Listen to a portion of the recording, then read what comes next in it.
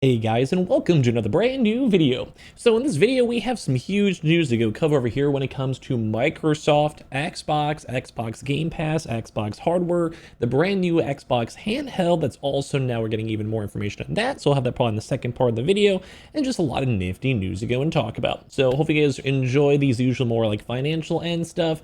And well, there's gonna be a lot of probably like follow-up videos throughout the next few days as people dissect the information. So if you guys enjoy the Xbox videos, leave a like, your comment, and thoughts down below. And of course, as I keep mentioning, we're almost done with our YouTube break, and I can't wait to get some cool banging videos starting up soon. So let's go dive on into it. So first and foremost, if you guys missed it, Microsoft had their earnings report. And typically every few months or years, depends on the company, but typically every quarter, we'll have like a big block of information. And Microsoft had a chance to do some deep dive on their general business. And of course, Microsoft owns Xbox and of course, cloud gaming, Game Pass, etc. So right now the Microsoft reports strong cloud earnings. So basically it's like pushing the AI narrative, cloud gaming, even streaming of say video games on the video game topic. And also Xbox has actually done somewhat decent. It's on the up and up, which is cool to go and see. So let's go and dive into this one too, saying first and foremost, Xbox content and services revenue. And now this is a weird one because Xbox has their own platform. Think like the Microsoft Store, where they be selling games. You buy like, the $60 game on the Microsoft Store or on the Xbox Store. But then they also have Game Pass, which is on PC and Xbox. And that's probably the main profit driver. And we've always discussed that's like their number one. But right now, Xbox Game Pass and Xbox content, not console, content and services are actually up by 13% this quarter. Now we've made a few videos this week preemptively saying that PlayStation's like top 10 games are just filled with Xbox. We're talking Forza, Elder Scrolls, Oblivion remake, and obviously those are also bolstering up the content numbers on Xbox's side. Because obviously Xbox themselves, they're making money on every PlayStation sale. PlayStation is too, and then obviously Game Pass subscribers. So Microsoft still hasn't revealed the new Game Pass numbers, and I'd probably say it's going to probably taper down. I'm sure these go up and down quite often. Like say when, Claire 33 came out, went up. When say like Oblivion came up, went up, stuff like that. And then right now there's not any new releases, so I'm sure it'll taper off throughout the summer, and once again bolster back on up whenever more stuff comes on out, which I think is good. So Microsoft revealed there were 34 million subscribers back then, as well including Xbox Game Pass Core. I think those numbers are probably a little bit lower now. Makes sense. Microsoft has been aggressively pushing ahead with its strategy to bring more previously Xbox exclusive games to PlayStation. Hellblade is arriving on PS5 next month. We'll see how the sales go. Gears of War as well. And obviously Forza has been the number one seller. And even like, Age of Empires, Indiana Jones, all this type of stuff. Oblivion. So they're doing well. Like the sales are doing good on PlayStation. Will do good on the Switch too. Game Pass has been relatively stable. So it seems like Xbox is doing okay. When it comes to the Xbox console, it sucks. While the move to bring more Xbox games to PlayStation have been angered some fans, it's been proven to be a successful choice. Pre-orders for Indiana Jones, The Great Circle, and Forza topped Sony's own store, and they also had 6 of the top 10 selling games. We made a video on this the other day. We are now the top publisher on both Xbox and PlayStation this quarter. Said Nadella on earnings call today. Nadella revealed that Game Pass annual revenue was nearly $5 billion for the first time, and confirmed that Microsoft has 500 million active users across gaming platforms. That's way exaggerated, because you have you have like a Windows store or someone who plays one game, or someone who launches like Solitaire on your Windows OS. It's kind of BS, but they're not technically lying, but it's kind of BS. Xbox hardware, though, is falling apart.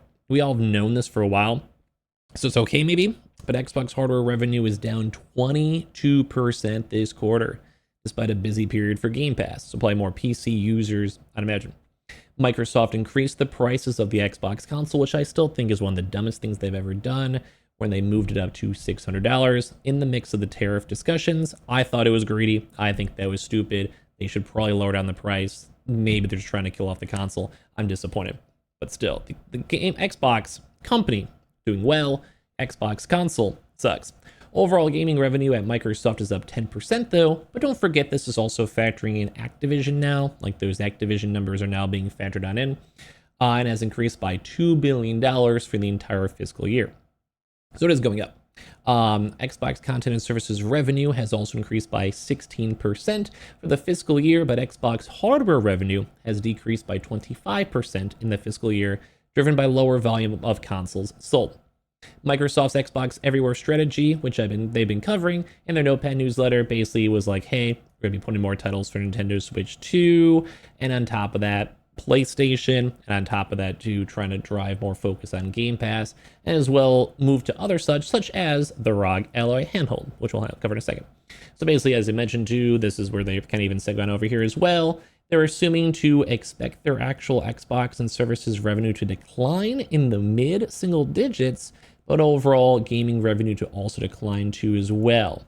Interesting, but they've been making a lot of money overall on, say, like the cloud gaming. Azure also helps too. It's like a win-win. Like Microsoft wins money off that from Xbox. It's like an intercompany crossover. And as well, AI hosting, cloud services, websites, all this type of stuff has been going up a lot. So it's good. Like Microsoft's doing well. They made a lot of money this quarter. Xbox, not so much. But they are still making stuff, such as the new transition for the Asus ROG Xbox Ally releases apparently this August, although it is apparently a high price, and it will be as a presentation for Gamescom coming up soon, so we'll have more information on this, but it could have coming out really soon. So overall, right now, people are curious in the price. The alleged price, at least for the moment, is around $690, or around, 600 pounds for the ROG Xbox Ally, and around 900 pounds or euros, I'm stupid, I'm American, or around $1,000. That's a lot for a handheld for the ROG Xbox Ally X, which is the slightly better version. So who knows what tariffs and local variables might do to relative prices. Some might go up, might be down, might not be the final price. We're gonna have to see also how the America and China tariff discussion is gonna go. Right now, it seems like America's doing well. We've had investments from Europe, South Korea, Japan, I think has all been good. Free trade, relatively decent tariff discussions. So I do think it'll be fine. We'll see. I don't think prices will change much. We'll see. Same with consoles, but we'll see. So that said, it would put the new Asus handhelds in around the same price bracket as other Windows-based portable gaming PCs, though considerably more expensive than the older Steam Deck. Though I'm assuming an Xbox handheld would be better for Game Pass, which is the main reason why I would want one. Would probably be updated graphics, better battery life, better internals, as well as also maybe a Windows OS, which would probably allow emulation. So it means Switch games, if you want to be sketchy, old school retro games, file movement, things such as probably PlayStation games from Steam, Xbox Game Pass, as well as I mentioned, Xbox games. So it should be good, and maybe even be able to go play games like League of Legends, Diablo, Activision games. So like there is going to be a good niche and a good benefit, I would say, for it. Like I would want to buy one. Like let me know, would you guys buy one down below? I'm actually genuinely curious. But I think it's cool. It's expensive though, $1,000. Ooh. So I'm gonna have to kind of go and see the difference between the normal ROG Ally, Xbox Ally, and the X. Probably like a Series S, Series X, but handheld version as well. But I don't know. The Steam Deck is so good, so it's really hard to compare between the two. But they're also saying the ROG Xbox Ally is not a console, true, or an Xbox, true. It's just kind of licensed and outsourced. At least by the purest definition, it's running on a Windows 11, so it is updated. Although some people have been having issues with Windows 11 so far as I've seen, and these new handhelds are getting semi-exclusive interfaces and also tweaks to probably specifically work with like AMD, because Xbox, Microsoft has enough clout, or as well, maybe a little extra special stuff on like a Windows, like specifically made operating system, kind of how there is like a Steam OS, for the Steam Deck. So I think this would be kind of cool. So we're going to probably see a bigger influx of Xbox hardware. Maybe PlayStation might do the same. Switch obviously is a handheld.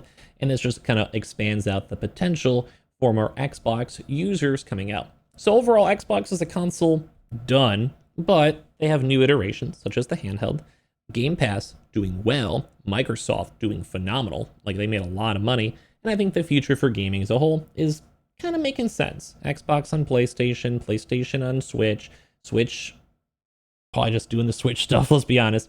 And of course, more handheld gaming and less Xbox consoles as a whole. So give me your thoughts and comments on the video. Subscribe if you guys are new. I appreciate you all very much for watching. And give me your thoughts on everything down below.